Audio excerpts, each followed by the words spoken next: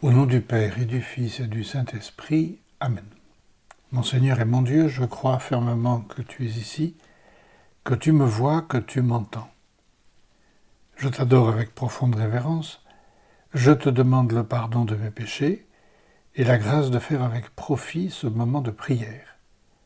Ma Mère Immaculée, Saint Joseph, mon Père et Seigneur, mon ange gardien, intercédez pour moi.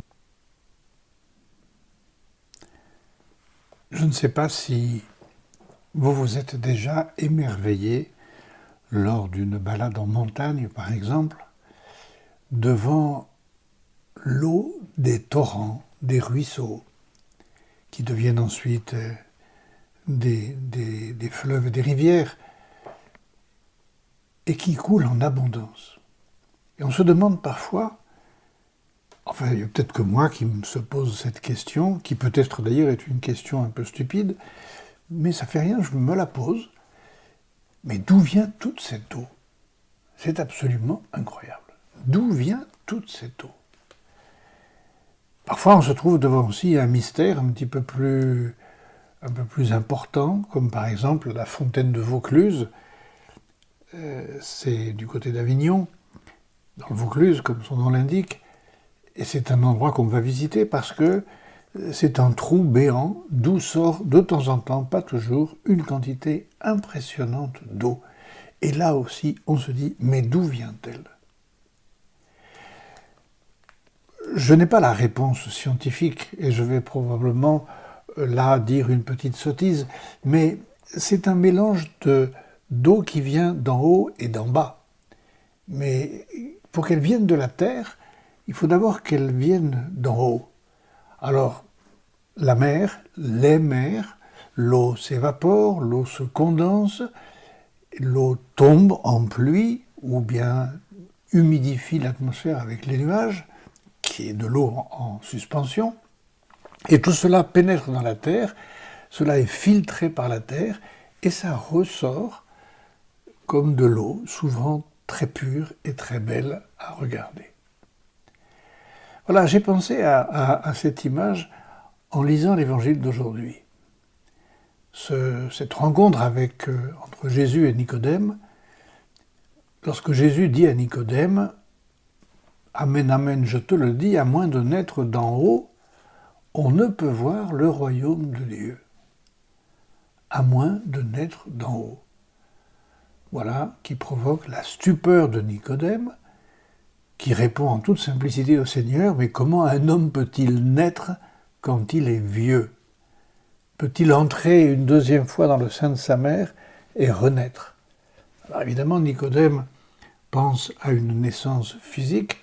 Le Seigneur, lui, nous parle d'une naissance, d'une renaissance spirituelle. Nous sommes spirituellement nés d'en haut.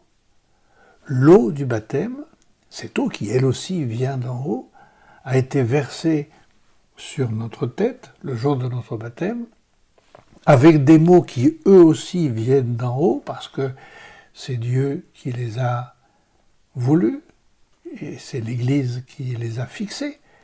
Je te baptise au nom du Père et du Fils et du Saint-Esprit. Il est bien évident que ce qui se passe dans l'âme du baptisé ou de la baptisée à ce moment-là n'est pas quelque chose de matériel. Il y a une naissance spirituelle. C'est de cela dont le Seigneur veut parler. L'eau du baptême nous a fait naître d'en haut. Une voix est venue, alors un petit peu comme avec le Seigneur le jour de la transfiguration et le jour de son baptême, une voix vient d'en haut, celui-ci est mon Fils bien-aimé. Et depuis ce jour-là, nous sommes censés être, non pas, comme dit saint Paul dans l'Épître aux Romains, non pas sous l'emprise de la chair, mais sous celle de l'esprit. L'emprise, c'est peut-être un mot un peu fort, mais nous sommes sous la lumière de l'Esprit, car l'Esprit de Dieu habite en nous. Et le Seigneur, dans l'Évangile d'aujourd'hui, va dire un petit peu quelque chose de semblable. Ce qui est né de la chair est chair, ce qui est né de l'esprit est esprit. Une chose c'est la chair, une chose c'est la matière, une autre chose c'est l'esprit et c'est notre âme. Alors nous pouvons bien sûr nous poser la question de savoir si nous aussi nous savons naître d'en haut. C'est-à-dire, est-ce que nous laissons l'Esprit de Dieu nous parler? Non pas l'Esprit du monde, mais l'Esprit de Dieu. Non pas cet esprit du monde, ses modes, ses manières de faire. Voilà, vous avez remarqué comment tous ces temps-ci, bon, c'est une anecdote, mais tout le monde répète à tout bout de champ « du coup ». Alors voilà, parce que alors, du coup ceci et du coup cela. Cet esprit du monde qui s'infiltre en nous sans qu'on s'en rende compte, bon, c'est pas très important cette histoire du coup. Mais voilà, nous laissons l'esprit du monde nous pénétrer, remplir notre âme, au lieu de nous laisser pénétrer par l'Esprit de Dieu. Le souffle de Dieu planait au-dessus des eaux, dit le premier verset de la Genèse. Seigneur, j'aimerais que ton esprit plane au-dessus de moi, j'aimerais que ton esprit me pénètre comme cette eau, ces particules d'eau toutes petites qui pénètrent la terre et qui finissent par donner des ruisseaux, des torrents, des rivières, des fleuves. Jésus dit aussi à Nicodème, « Ne sois pas étonné si je vous ai dit qu'il vous faut naître d'en haut. Ne sois pas étonné. » Et puis Jésus ajoute, « Le vent souffle où il veut. Tu entends sa voix, mais tu ne sais ni d'où il vient, ni où il va. Il en est ainsi pour qui est né du souffle de l'Esprit. » Est-ce que nous laissons Dieu nous surprendre? Ou bien est-ce que nous avons rationalisé un petit peu notre relation avec le Seigneur? Et est-ce qu'on est à l'écoute du souffle de l'Esprit? Et parce que voilà, il y a le souffle de l'Esprit. Il y a aussi, comme je vous disais, le souffle du monde. Mais il y a aussi le souffle de l'Esprit. Quel est celui qui a sur moi une influence? C'est important de bien le comprendre parce que, en fonction de ce que je vais faire, soit je deviens une voile, soit je deviens une girouette. Je vais devenir une voile si, c'est une image bien sûr, si le vent de l'esprit me fait avancer sur la mer du monde, me fait avancer vers les hauteurs auxquelles Dieu m'appelle. Je serai une voile si je laisse le souffle de l'esprit souffler à sa vitesse, à lui, et dans la direction voulue par Dieu.